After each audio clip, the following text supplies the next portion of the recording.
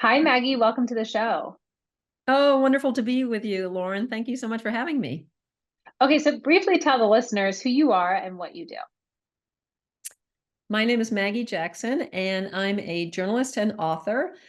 Just out with my third book, Uncertain: The Wisdom and Wonder of Being Unsure. And in essence, I write about big picture aspects of humanity that are overlooked or misunderstood, and that need a reset or rethink. Issues like the nature of home and why we're so distracted, and now what is it about uncertainty that we can actually find benefit from? Yeah, I love that you cover those topics, so I feel like they're very hard, and so it's nice to know that someone's on the case because they do impact all of us. And I'm specifically happy that you wrote a book about uncertainty because as someone who has felt paralyzed in the past by uncertainty, I had no idea that it could also be a superpower. It feels like one of those things that you're constantly trying to fight, or you can't wait to not be in that situation. So explain how this works, this relationship between uncertainty maybe actually being a good thing. Yes, well, it's very complicated, but in a good way. We do see uncertainty as weakness, and we can see this in the outcome orientation at work and the pressure to come to a quick answer and be absolutely certain. And it's also seen as threatening. Uncertainty is seen as threatening a lot. And it's true that we need and want answers. Bottom line is no one wants to remain in uncertainty, but at the same time, a really amazing new kind of era in the study of uncertainty show that on the way to a good answer, being unsure in many different ways, not just giving the first or just leaping to any old answer, is really critical for discovering alternative perspectives, for finding nuance, for adapting to the unexpected. So it's a skill set that we don't need except when things aren't routine. And that's the golden hour when we should be uncertain. It gives you an edge. And I think this is news. It was news to me. And Yeah, so I'll mention a story just to illustrate. A friend of ours, a younger friend, called me up one day, and her company was going through a merger. She was very upset about it, and she kept kind of moaning about uncertainty, as is natural for us all. But finally, I also heard her say in practically the next breath, that she was dusting off her resume and that she was looking internally for new jobs and that she was thinking about what she really wanted the next chapter to be. And in essence, that's exactly what the uncertainty was doing for her. It was kind of goading her to act, even though it was uncomfortable. yeah.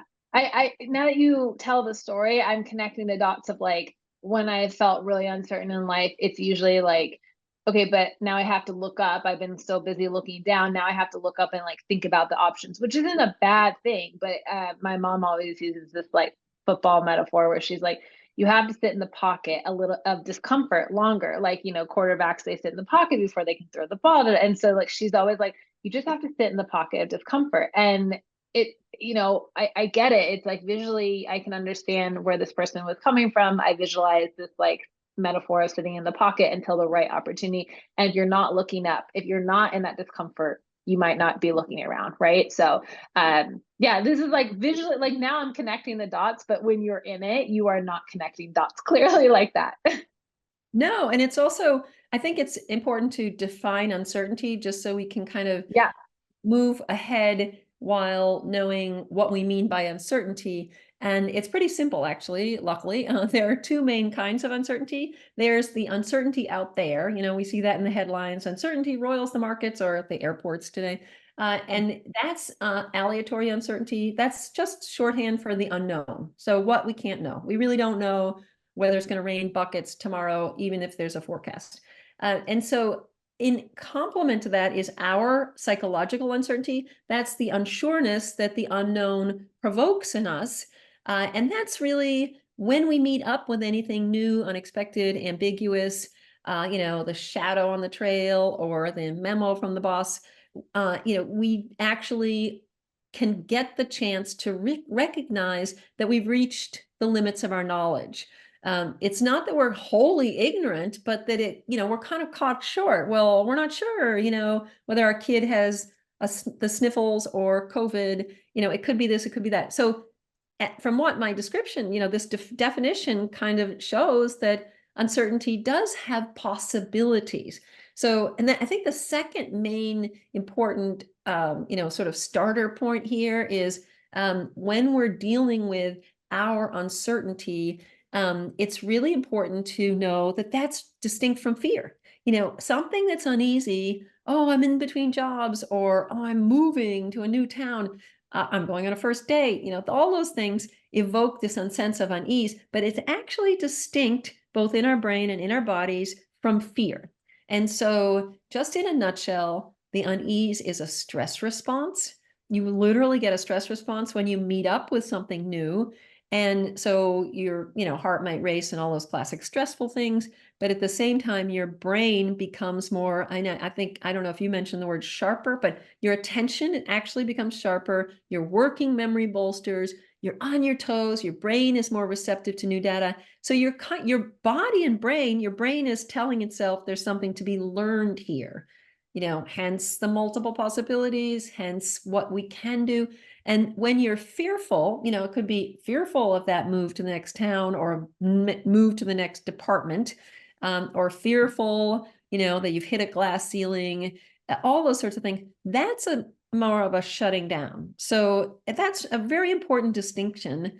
And we could talk a little bit about, if you want, about how to sort of make sure you don't go down the road of fear or mistake uncertainty, that unsureness for fear. It's an unease, but scientists call it arousal. And I think that's very eye-opening. When I learned about that, it changed a lot for me. Giving a speech, being on a writing deadline, all those sorts of things. I felt like, I'm, revving up for this challenge, not that the uncertainty and the unease is necessarily the bad thing. Yeah, well, let's talk about that because I would imagine people are going to come across lots of scenarios at work, and it would be helpful for them to be able to distinguish, is this fear or is this uncertainty? And if it's uncertainty, maybe here are some tools in my toolbox that I can respond with that would be more beneficial. Exactly, because you really want to lean into uncertainty because look at all the great things it's doing for your brain. Don't run away from it. So fear is really a shutting down physiologically and neurally.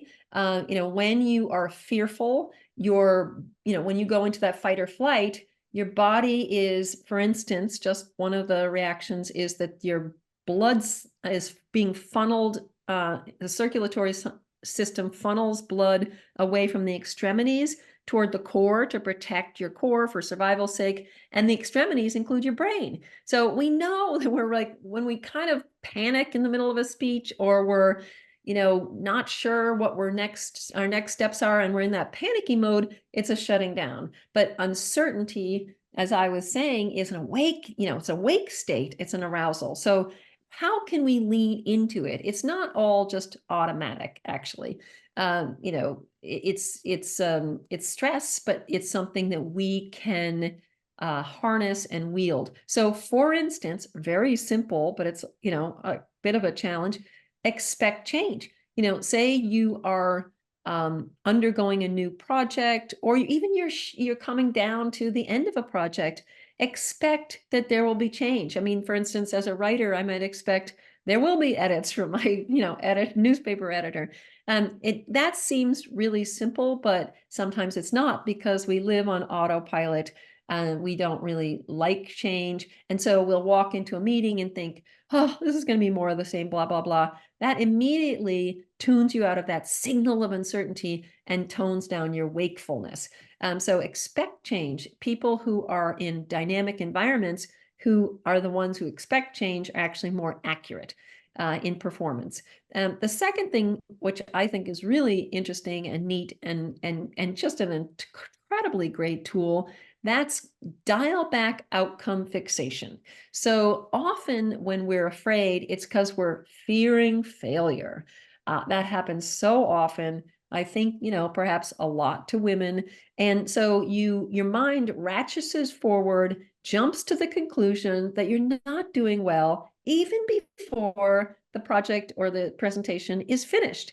You're getting the cart before the horse. You're actually, jumping to outcome and then neglecting the process that gets you to the good outcome. It can be also just what's called reward-based distraction.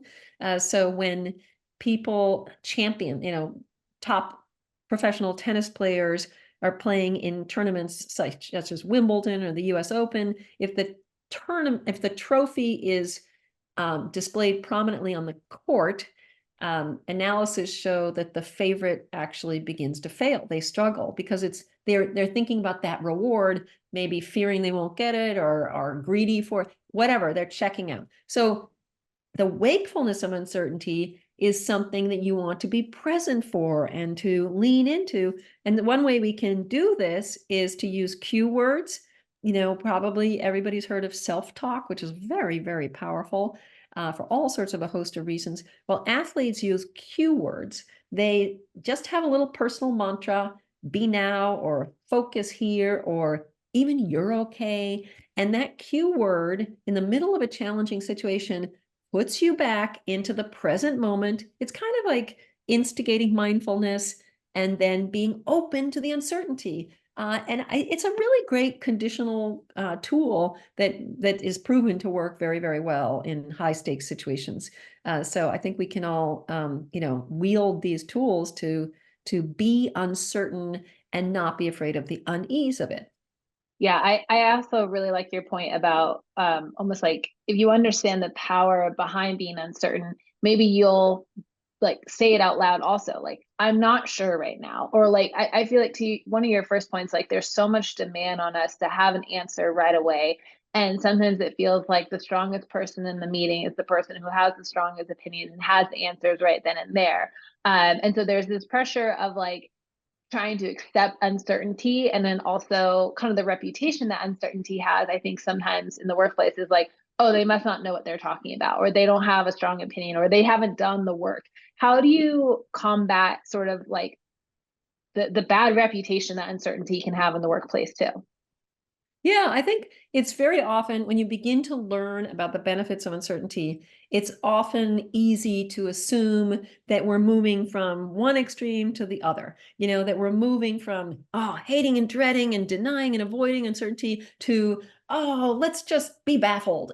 It's really not that case. Again, there's skill here. So, for instance, just take the way we express uncertainty. I'm asked a lot, how can we as women managers or leaders or experts express uncertainty without appearing weak? Well, we don't have, if we have a doctor, for instance, who throws up their hands in the examining room and says, I don't know, and walks out of the room, of course, that is not a good expression of uncertainty. But if the doctor says, I'm not completely sure here, but that's why I'm going to consult two different specialists on your behalf. And I'm also going to spend some time looking this up. Wow, that's a really safe, and you can just see their wheels are turning and they're expressing uncertainty with what's called potential. So studies have shown that if you say, I don't know, but link it to potential of a certain outcome, potential of what you're doing, that's actually not only persuasive, which is very helpful, but also very powerful. The second thing we can do is not be afraid of so-called hedge words, which, as you probably know, have the reputation of being female and so therefore weak. Words like maybe and sometimes, the words that indicate uncertainty. But first of all, it's a myth that those are used more by women. It's actually not true. Both genders use them, although we're all under pressure not to use them. But the second thing that's really important is that studies out of Harvard show that when leaders are discussing difficult topics, and some leaders use those hedge words like maybe or uncertain, they're the ones who look more approachable and professional. And people who use, I don't actually know what the opposite to hedge words is, but unhedgy words, I guess I could say, like therefore or sometimes, those are the people who actually shut down the conversations. They are not the ones selected as a teammate for the next project. And what does using the word maybe, there's a Polish poet, Szymborska she won the Nobel Prize for Literature in 1996, and she's an amazing woman. She gave her lecture about the power of I don't know. And she actually said it's a little phrase that flies on mighty wings because it I expands. love that. I love it too. It expands our horizons, she said, and that's a bingo. That's exactly, she's right. And so if you use the word maybe, it does two things. First of all, it does linguistically indicate that you are receptive to other people's opinions. That's the kind of boss, manager slash coworker we want. And then secondly, it indicates that there's something more to know. And that's the root of good learning. The student who knows that they should, that they don't know it all, that they need to practice X flashcards. If you're aware of the limits of your knowledge, then you can work at the edge, which is where uncertainty lies. And then you can also, as a team or a group, start to discuss what you don't know, or investigate, or test, or whatever. So that little word maybe really does fly on mighty wings. I love that. I also see this as like for teams, to your point of like getting the power out of that uncertainty. So teams can start saying things like, maybe we try this. Have we thought of that? Like in the openness of that and how powerful that could be on teams. Because I think oftentimes it can feel like, okay, one decision has been made and we're just blindly going to follow that versus like kind of being open. So that's really good point. I want to talk about finding some clarity in the uncertainty. So there are people listening to this who are uncertain about probably big things in their life for a variety of reasons. And I'll just use maybe the obvious one. Someone who's maybe job searching right now and is uncertain of how that's going to end up, or any career move really. How do you find or create clarity? I mean, I know it can't be as prescriptive maybe as one, two, three, but I mean, what tangible tools and actions can people take? Sure. I think that's a really great question because uncertainty is not the inertia that we also think. It's not the weakness that we think. It's not the inertia.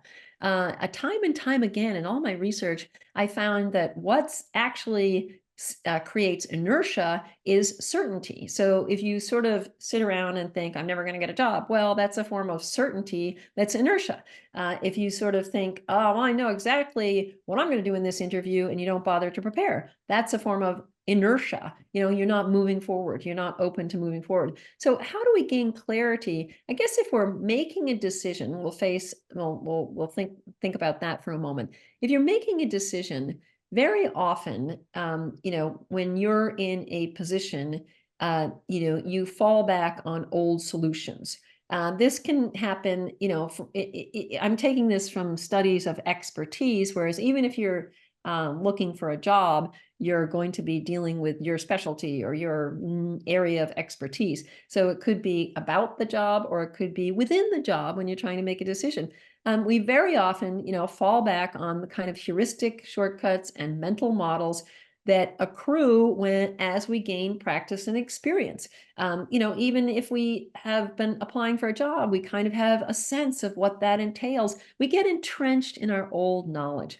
When we're faced with something new, and when you're looking for a job, you really want to be open to the new. That kind of constantly applying old assumptions is not going to work. This is why something called routine expertise is actually, those are the kind of people who fail outside their comfort zone because they're constantly applying old solutions, those mental shortcuts. Actually, years of experience are not even hardly correlated with skill and accuracy in a lot of different fields. And so I would say that, what we want to be, whether we're applying for a job or again, when we've landed the job, is the adaptive expert. They're the ones who, A, spend more time diagnosing a new complex problem than even novices do. So when something's new and complex, that's the time when you want to spend a little bit more time. When you want to, because your first thought that comes to mind almost all the time is based on what's worked in the past. You ordered that chocolate ice cream because you liked it before. You look for this particular job opening because it's worked in the past, and maybe lose sight of what kind of company you're looking for. You're focused on the department and not the total context. So when you're faced with a problem, spend more time diagnosing a new problem, but also test and evaluate. That's the second most important thing. Adaptive experts, adaptive thinkers do not just take something as a given. They examine multiple possibilities about what's going on, and then they also test and evaluate each one of those. So as one business scholar says, their resting state is not uncertainty. And so that really, allows us, you can see from what I'm describing, you're gaining clarity incrementally. Springing to an answer, yes, you've got an answer. Yeah, you have a first answer. It's based on the past. So guess what? It might not fit at all what's going on today. But if you are skillfully being uncertain, you're gaining a better answer. You're investing in getting to the better answer. And that's why although, yes, we have to admit, uncertainty might slow you down a little bit. Sometimes it's just a matter of minutes. Take a second look. I call it take two. And study after study shows that that's really important. So, remain curious no matter what you're doing. Don't fall into complacency. Take two when something matters or it's difficult or new.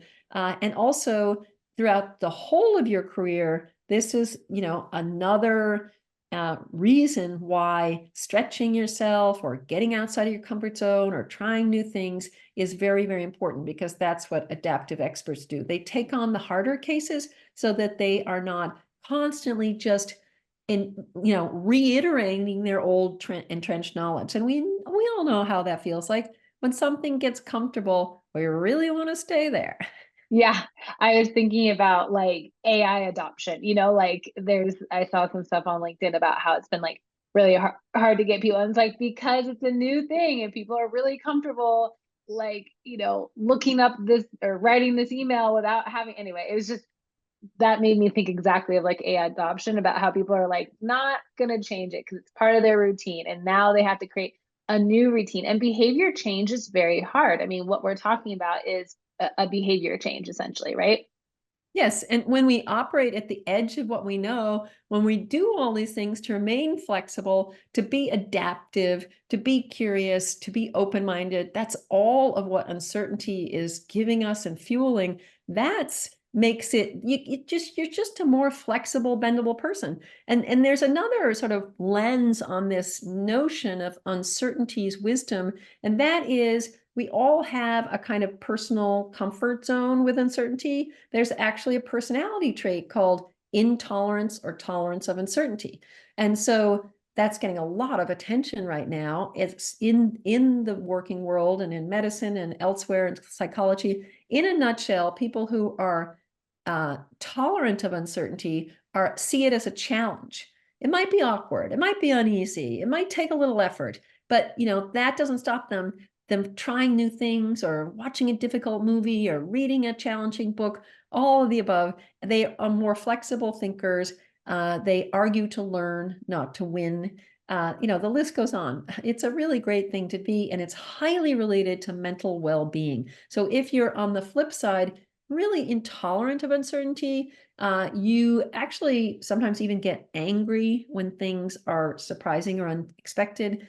You don't like, these are the people who do not want someone to throw them a surprise party, might even get mad at it. And they're more black and white thinkers, which is very, prevalent today. Some studies indicate that maybe our technology is actually making us more intolerant of uncertainty. But the good news is that we can change this. You're not stuck on one end, just like I can do things to be a little less shy.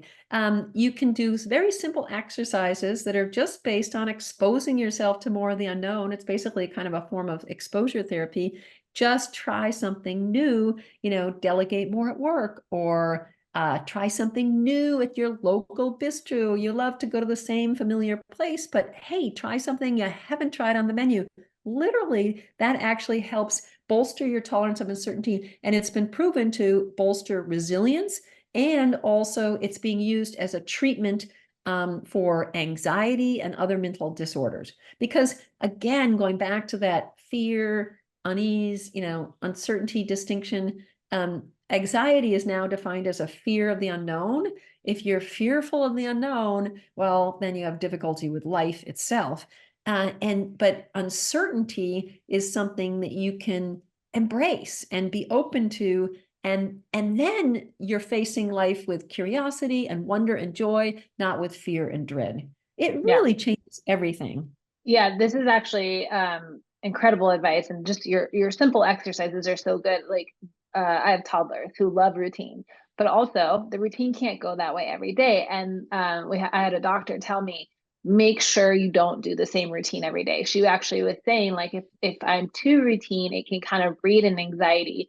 And for example, my daughter loves to eat with this pink plate, and so I've like made a note like she only wants to eat with the pink plate. So I like little things like this, and I know this is like maybe a very bad example compared to real life, but the point being is like if you always drive your commute one way, you could change it up. If you always start your one-on-one meeting with your boss talking about certain things, you could change it up, right? I love these just like simple acts, and I feel like all of this is also part of building blocks for confidence too, right? Confidence is knowing like you can deal with uncertainty, and wow, this is like I didn't quite realize how comprehensive uncertainty was in the sense of like how many other things it touched and like the research around it. And this has been very eye-opening. I really like this. Good. Yeah. I mean, people tell me, it's really liberating, and there's so many different types of uncertainty that we can embrace. But people tell me they use the same word again and again.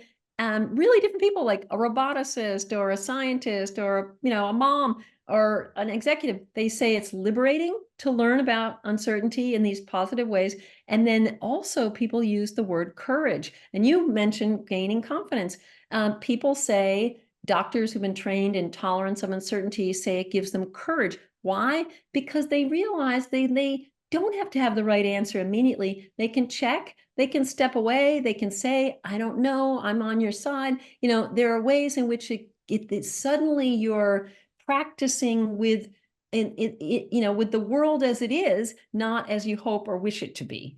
And that's really important. And the other thing, I think it's very important to say, nobody wants endless uncertainty, nor do you want to be thrown in the deep end. I'm not a bungee jumper. I Yeah, never will be. same. I like, intellectual uncertainty, and I'm a reporter and I love to search for information. But there are certain things. If, for instance, just I do open water ocean swimming all winter long. It's a kind of, COVID pandemic habit.